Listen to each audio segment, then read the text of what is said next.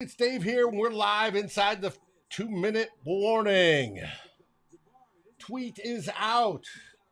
Defense is on the field. Can they get one more stop? Can Justin Jefferson break the record? Will they even put him on the field if we do get back on offense? Who knows? Jason is joining me right this second. I'll be switching to the two-screen format as we get another sack by Kenny Williams. How about that? Steven said Justin Jefferson better get the record. We shall see. And over here we bring in Jason. Come on, Jason, where are you? Boom, boom. How you doing, buddy? No Waiting on you, Dave. I'm good, man. I'm good. How you doing? Hold on. Let me switch. Let me turn down the volume. I can't hear you, Dave. There you go. All right. There you are. All right, here we go. Pass. Come on. Get him out of bounds. Out of bounds. All right, that was 4th and 19. They didn't make it. We get the ball back. Oh, bro, you're way behind, man. Oh, I'm way behind. I'm streaming on Sunday Ticket, so I'm at least a minute behind. Yeah, you're way behind. We're like, the Vikings have the ball now, you know? Okay, there's JJ. I can only see what I can see. The local game. Yeah. Right now, it's we're running out we're running out the clock, bro. 2nd and 2 after a handoff to Dalvin. If we're playing the starters, the only thing we have to play for now is to get Jefferson this record. So maybe we throw the ball here. I don't know. Let's go. Get the man the record. Well, see, I'm just watching Dalvin run the ball right now. That's how far behind I am. There you go. Oh my God! And now we're going to victory formation. So no record for JJ. And yeah, hooray! We win the game. Mm-hmm. Hey, Bear down to win. We got a Bears fan. Welcome. Like Luke has said, and Nick has said, winning is fun. I don't know what it is about this Vikings team that makes even winning just feel hollow. That first half was painful. I don't understand. Miserable. It was a perfect microcosm of the season where we played down to the level of our competition. If their quarterback was anyone but Andy Dalton, we would have been down by 4 touchdowns. But alas, we got Bears fans here. Welcome. Thanks for hanging out. Your quarterback sucks, so we thank him for allowing us to have this win today. Because get a higher draft, lower draft choice. Yeah. Lower draft choice. We'll take it. But, the Bears fan in here talking shit like his team isn't hot garbage. And they had the chance to put us away. They are going to fire their coach. Yeah, they had the chance to do something. They had the chance to put us away. They didn't.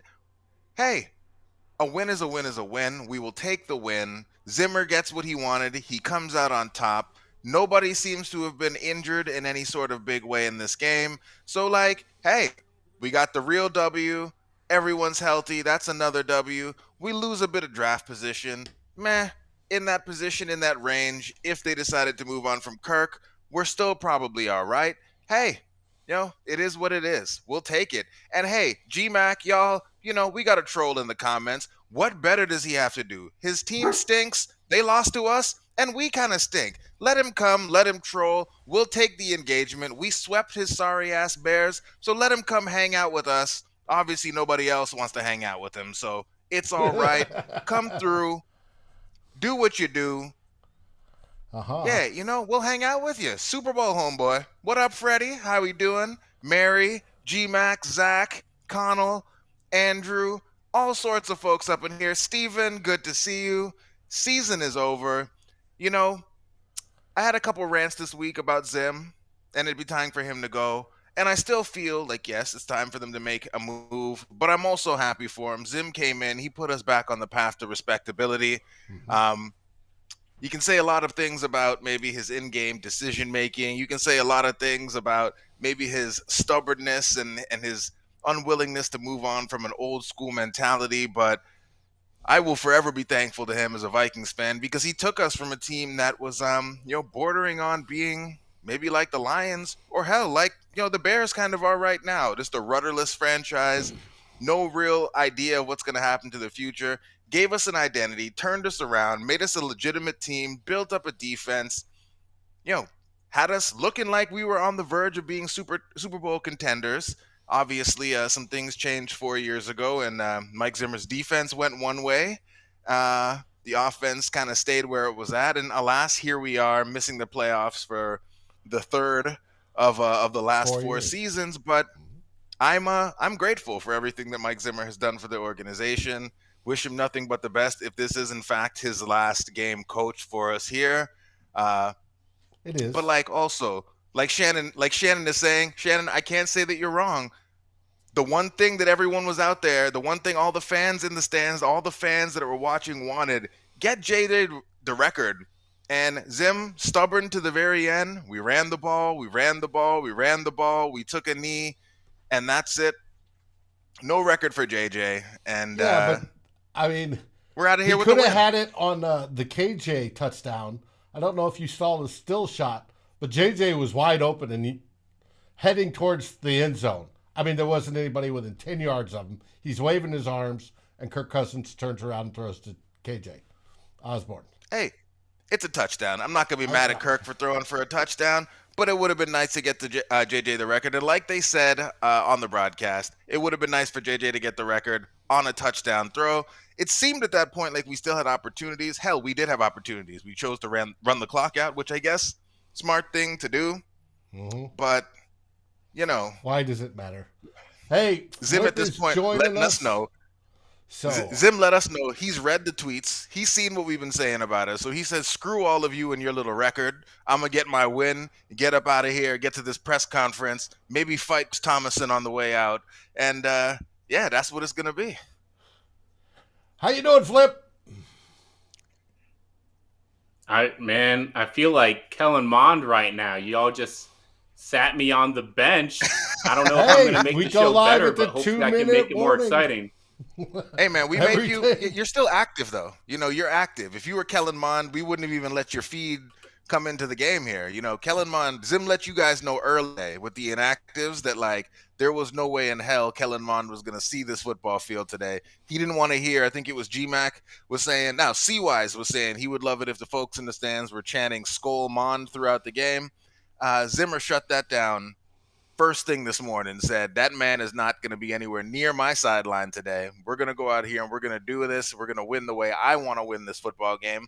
And I think in the Zimmer era, it was kind of fitting that, Pat Peterson, Zim's big defensive signing from the offseason was the one who kind of put an exclamation point on this win. Flip, how you feeling after the win today against the Chicago Bears, sweeping a division rival? How you feeling? What's going on with you? Season's over, but we got a W. Season's over. It's going to be a long 8 months until we get back on the field. You can see I got the Randy Moss jersey.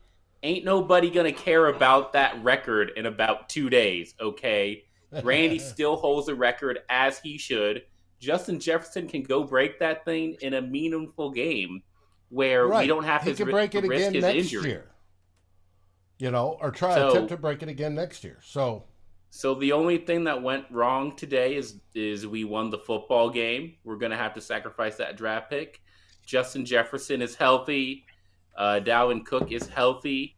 Kirk Cousins is healthy.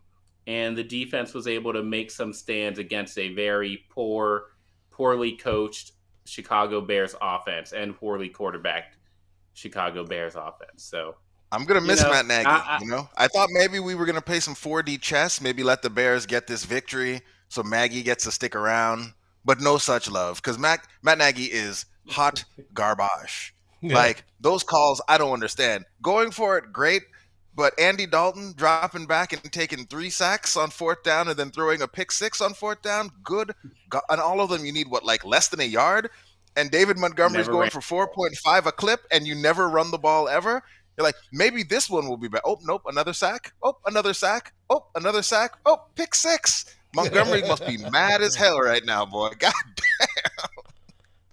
Yeah, mentality matters going into these games, and you see that on the Chicago sideline. Nagy's going to call whatever the heck he wants on the offensive side of the ball. He's going to try to do all the analytic tricks where he's like, "Oh, the analytics say I should go for it," and then he's not doing the preparation during the week where the Bears actually need to have good plays to run on those fourth downs. So you see why both of these coaches are getting fired over the course of this game. You understand on both sides of the ball, win or lose, you understand that changes are needed because neither of these teams are anywhere close, No, especially when no, they're playing some real competition.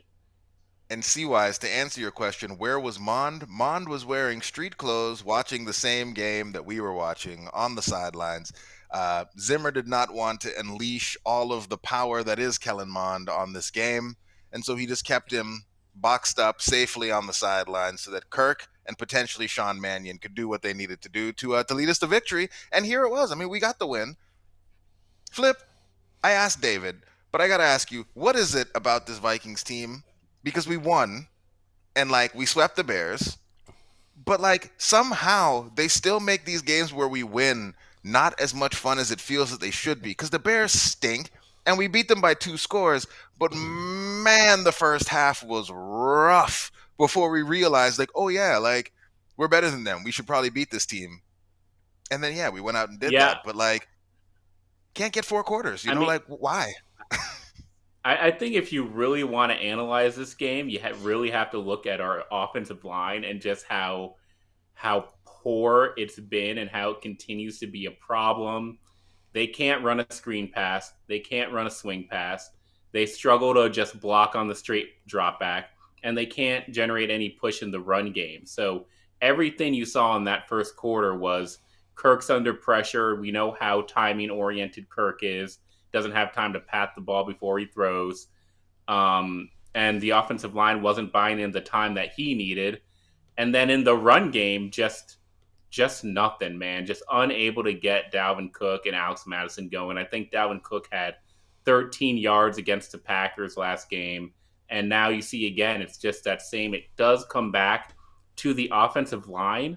And it's a unit that we we think that we're on our way to resolving that unit. But no, man, that offensive line still needs a lot of work. Yes, they do. Hey, but The big Dalvin's bellies. stats, yeah, they look okay. 5.6 yards per carry because he broke the long one, Adrian Peterson style. 1.2, 1.2, 1.6, 70. And it all looks like it was okay by the end of it all.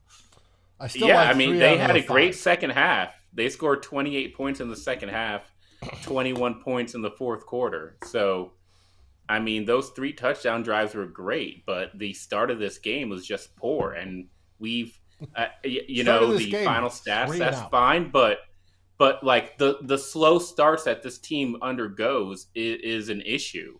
Mhm. And if you could give me these 31 points in the first half, I'd take that over just these fourth quarter points. So, Flip, what do you say to Freddie? So, Freddie Hall dropped a comment, said, "Can we agree that with this roster, the Vikings should have been a playoff team?" What are your thoughts on that sentiment? Because we see it a lot. The Vikings feel like a talented roster when you look at a lot of the key spots. They have possibly 2 tackles. Ezra Cleveland's coming on. You obviously have Kirk Cousins, who's a top 10 quarterback. Justin Jefferson, top 3 maybe wide receiver in the league. Thielen, another top 15 receiver when he's healthy. Dalvin Cook, I'm not sure where we'd put him. He maybe has lost a step in some ways, but it looks like when you're looking at many of the most important positions on the offensive side of the ball, the Vikings were set coming into this season. On defense, it's a little different, but you still got some good names over there. Kendricks, Barr. You started the season with Hunter and Griffin. You still got Harrison Smith back there. You got Patrick Peterson. What do you think of the sentiment now, kind of with this whole season running through, that the Vikings should have been a playoff team and the Vikings are a team that underperformed the level of their talent? Yeah, I just disagree. I've said from the start of the year that we have a very thin roster. I said that the offense, in order to function, it was either going to take a fantastic job play calling by Clint Kubiak, or it was going to take Oli Udo or Wyatt Davis to solidify the offensive line. And neither one of those things happened. I think we forget that the left tackle spot, we started with Rashad Hill at left tackle for half of the season, and he was hot garbage. I think we, forget that KJ Osborne started the year hot at wide receiver 3, but he had basically a 2-month lull when the offense wasn't using him. And so we really only had 2 receivers. I think, we really only got 1 tight end. We got Tyler Conklin. We got nothing from Chris Herndon. And that's been an issue, too, for a team that likes to use heavy formations. And those same things are true on the defensive side of the ball. Cornerback, we knew that we were thin there. We were good but thin, and we got hit with injuries, and it led to a very bad pass defense. Same along the front. We lost Michael Pierce. We missed some time with Dalvin Tomlinson, and they couldn't stop anybody in the run game. Way too much Nick Vigil this year for me to like. So, yes, the top line of this roster is good, playoff worthy, but this is the NFL. This is 17 games. You know that your depth is going to be tested. It's not a question of whether it's going to test it. It will be tested. And the Vikings never had the depth necessary to make a playoff run. 100%. 100%. And David, I cut you off before, but you were talking about the offensive line, as you are known to do, and one of the things that I have said, others have said that it seems that we have a bit of disagreement on. It seems that many would feel that we have solidified things at 3 of maybe the 5 spots on the offensive line. Bradbury being an open question, Mason Cole, Oli Udo, Wyatt Davis, whomever else we're going to put in that rotation as the other open question. But you were kind of saying that maybe it's not as solidified as we're thinking. Is it just those 2 spots for you, or is there anything else that you're seeing with any of those other guys that makes you maybe a little bit nervous? Two spots. Okay. Darisaw looks like the real deal at left tackle. Ezra has improved almost every single game. He's showing that he can play guard in the NFL, even though we drafted him as a tackle. He can play guard. He's looking good. My question is at center and at right guard. I like Oli Udo. Hey, I even like Bradbury. But they aren't doing what we want. And if we even change schemes to a heavy scheme where we're playing power football, right? Block the guy ahead of you and push him backwards type football. The 3 I talked about, Darisaw, Cleveland, and O'Neal, can handle that. That's no problem for them, right? The other 2, I disagree. I don't see it happen. I don't know if Ezra Cleveland can power block in the run game. I don't even know if that's Brian O'Neal's strength. And just to go back to what I just said, it's not about the top 5. It's about who's our swing tackle. Okay? Who's our backup center?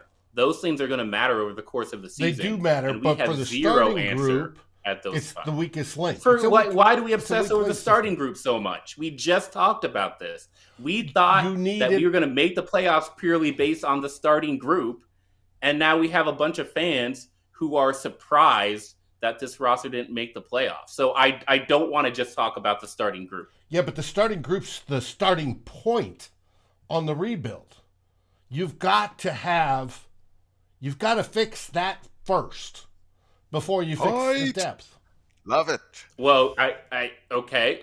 You're going to have to fix 4 of those 5 spots if you switch to any type of scheme that involves not just wide zone runs. Just 2. O'Neal and Darisaw and Cleveland. Watch Cleveland's tape, especially on the runs. That boy is a powerhouse. He has buried people this season. I mean, he buried pushes people for a run game averaging 3.5 yards per carry. I'm not. That's different. They're not, but yeah, close. Flip's not here for it, David. When they call it up the middle and it goes between the center and Udo gap, it's crap, right? But even more than that, I mean, they'll be fine. It's a starting point. It's not where we want to be at, but it's a starting point. And we've got to start It's a somewhere. line that only a mobile quarterback can succeed behind.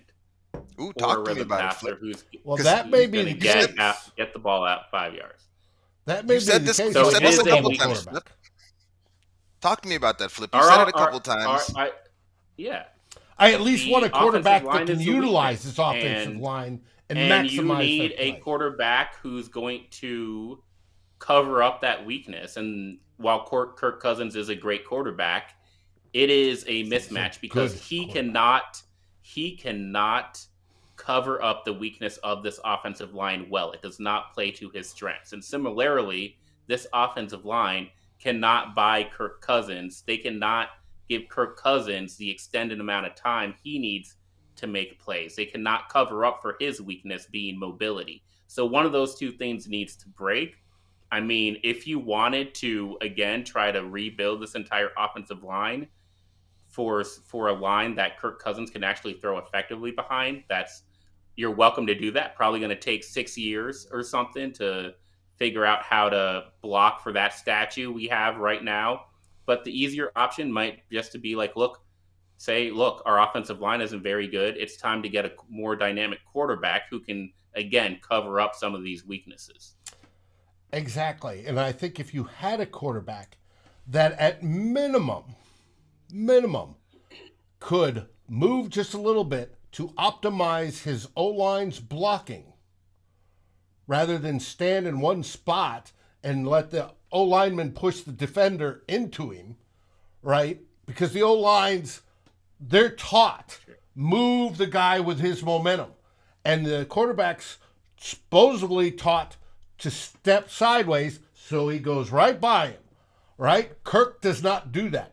Kirk lets him ride right up into his lap when it happens right now, right in front of his face.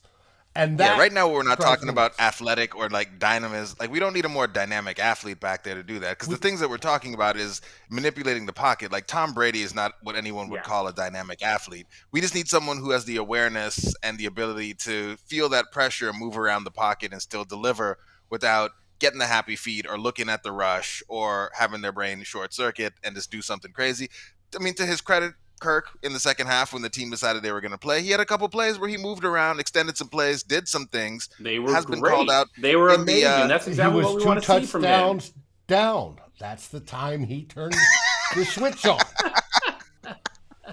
It is a comfort and awareness thing, and he just doesn't comfortable taking those risks, moving around the pocket until he realizes there's no other option. Andrew, you're correct. Play calling is predictable. Hopefully we'll get a change with that with an offensive-minded head coach and an OC that believes more in modern football than some of the pound the rock style that comes from the 90s. Not that that was bad at the time, but the NFL has evolved. I'm all for pounding the rock if we had an offensive line that could do it, but absolutely, at our star run blocker Ezra Cleveland just isn't enough, I guess. After this, I'm going to look up his stats on run blocking. We know what Dave's rant is going to be tomorrow. It's going to be defending his man Ezra Cleveland. He's not here for the nonsense, Flip. Hey, well. That's okay. The new coach likes Ezra as much as Dave does. Yeah. Anyways, but this has been great. We're at the end of an era, right? The Zimmer era is over. And he, as Jason said earlier, he brought great change to the team. He righted the team when they were, when we weren't doing so hot. It was a good change. And then it went south at the end. But there are a lot of good memories. There are some tragedies. Somebody's knee falling off. Other knees degenerating beyond belief, etc. There's the magic carpet ride in 2017 where we all thought after the miracle that it was destined. But it's time for change. Things grew stale. I mean, we appreciate Zimmer and his tenure. We appreciate Rick and what he's done over the last 15 years as he moves on to his different position.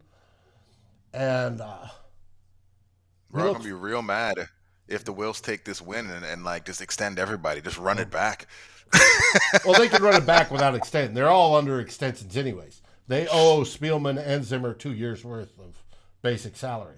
So Mary, I think we need more than just an OC. We need a new philosophy overall. Like Dave was saying, it can't just be a new OC because we've gone through many OCs and the product ends up looking very, very similar. Given the philosophy of how the person in charge wants things to go.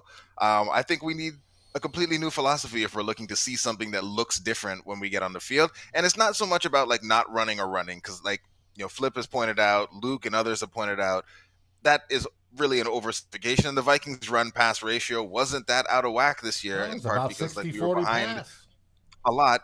But I think it's just the type of play calling that we do, incorporating more of the things that you're seeing across modern offenses, being okay with the variance that comes with letting your quarterback, in fact, be the most important person on your offense, living with the ups, living with the downs, riding with that person, and to be frank, like really and truly building what that person needs to succeed, which you could argue the Vikings have never really and truly fully done with Kirk Cousins as their quarterback. They've given him weapons, but as Flip and others have pointed out, he hasn't had the type of offensive line that can overcome his pocket awareness being a weakness. And like that is a problem. But then, it's the opportunity cost of giving Kirk Cousins everything he absolutely needs to succeed on the offensive side of the ball. Your defense goes like the graph they showed in the game today from, perennially a top 5 unit to being worst in the league to end this season. Those things are connected. So, it'll be interesting to see how the team decides to tackle all of these problems. Like I think someone pointed out, like 2/3 of the people who played meaningful defensive snaps this year are free agents who will need to be like figured out as we get into next year. So there's going to be a lot of really fun stuff for us to talk about as we get in this off season. Is like, people want to say retool, but if we're being honest, like it should be rebuild if we're going to look to build something that's sustainable over the long term and not just another Band-Aid type of solution. And we have a good foundation, especially on the offense with some of the people we have over there. So it's not all doom and gloom. My bad, Clifford. Bad, Clifford. No, apologies. 31st, not 32nd. It is. I don't expect this to become the Detroit Lions. You get the quarterback pick wrong, and you could easily be the Detroit Lions. The Detroit Lions beat us this year. Yeah, but it's like Eric Eager said earlier in the week, failure is cheap. Then you go out and get the next one. Yeah, that's what the Detroit Lions do. No, they kept Stafford for almost 2 decades. Or not that long, but I exaggerate. But for forever. Head coach. The Browns are keeping Mayfield. You bring in a new head coach. The roster's going to change significantly, more than you want it to change. So you can feel like we have a good foundation on offense or a good foundation on defense.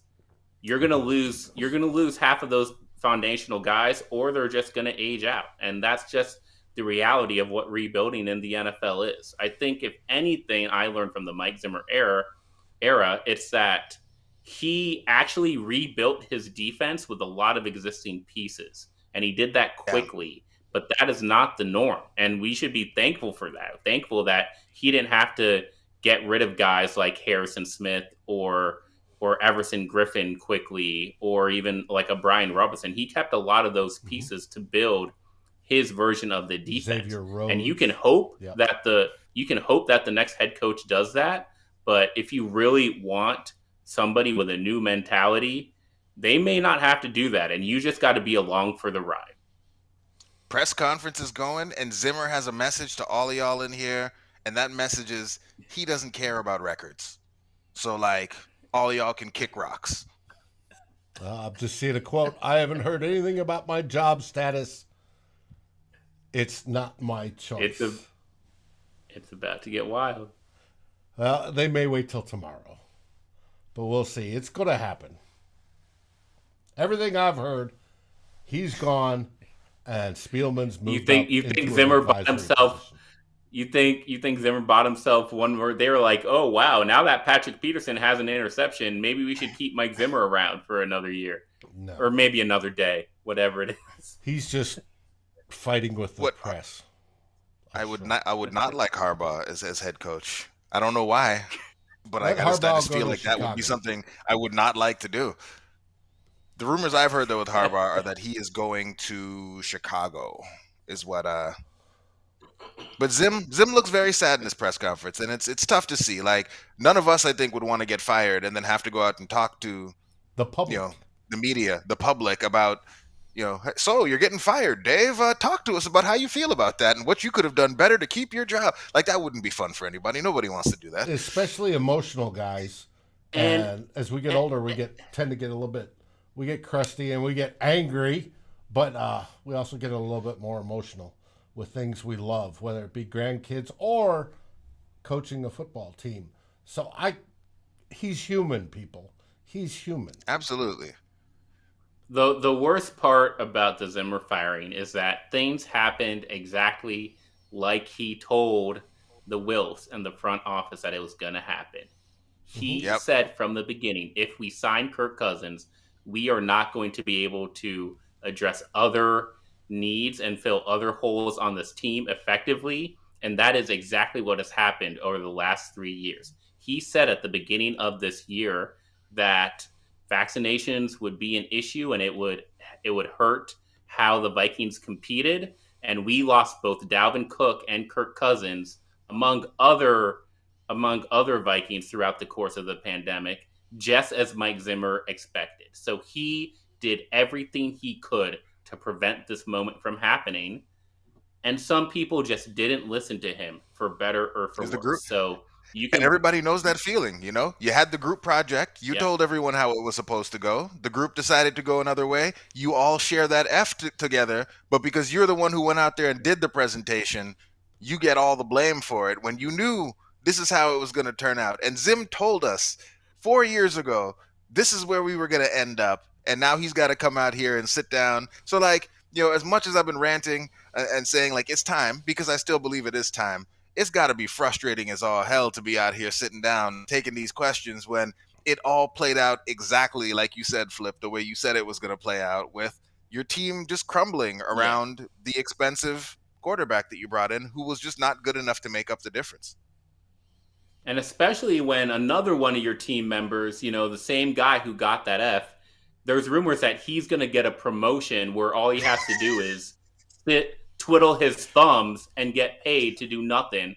And the other guy on the team project, my opinion he's getting $45 million, and he won't say a damn thing. He won't call an audible at the line of scrimmage. He won't help you design offensive plays. He's just going to sit there. He won't encourage his offensive line to block better when he's getting his butt kicked, sacked every other play. He's just going to sit there nonchalantly, take his $45 million, and not say a damn thing. So that's got to be frustrating, because going to work and going home, Kirk Cousins. You think Kirk Cousins ever once was like, y'all, Oli Udo is not it, and I am getting hit too much? You think he ever said that once? No. In any meeting?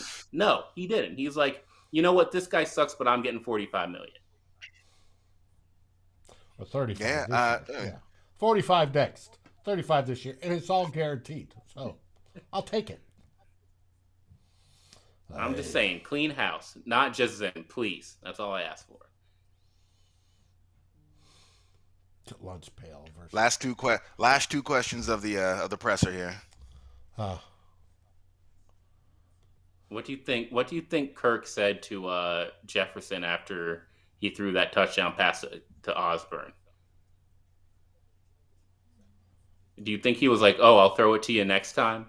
I have no idea. He was just like, "Sorry, bro, you're not going to get the record." Oh, and to see Justin I don't know. I've yet so to see wide open on that one.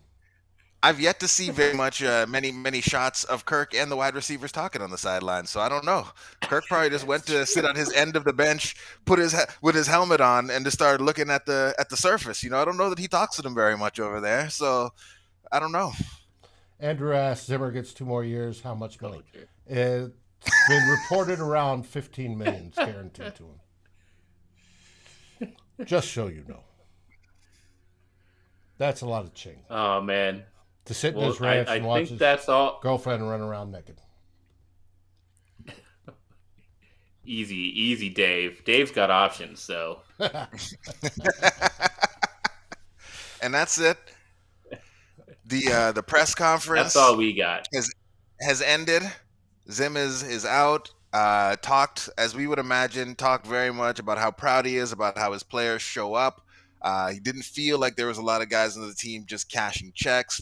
Felt like guys were going in, doing all the things they needed to do, hitting the weight room, doing all the work, all the things that he would want to see. And so that ultimately at the end of it all, even though they didn't get the results they want to see, he's still proud of this team and his players. And he loves them, and he's thankful to them for all the work that he's put in. And so, for as prickly as Mike Zimmer can be some of the time, that's about as perfect as it can be, I think, from him, and just the way he thinks about these things.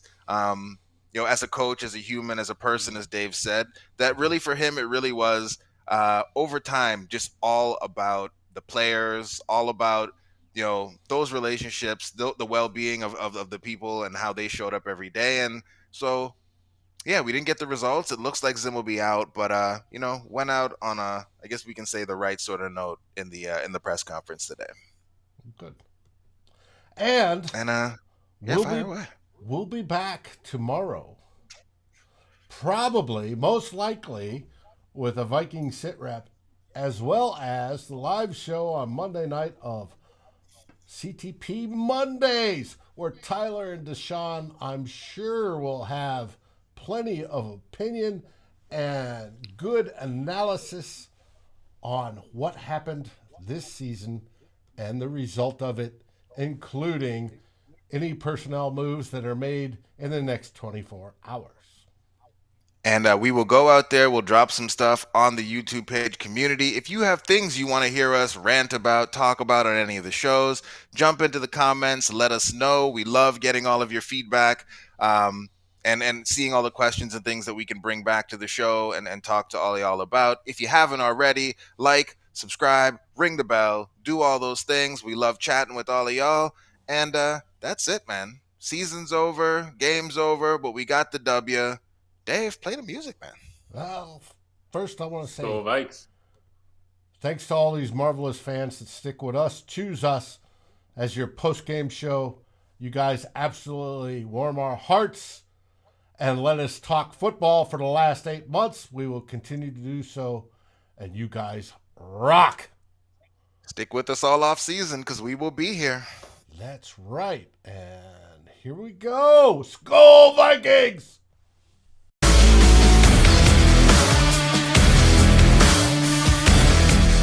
Thanks for watching. Like, subscribe, and ring the bell. And if you're listening on your favorite aggregator, make sure you rate us. And always feel free to join the conversation here at Climbing the Pocket.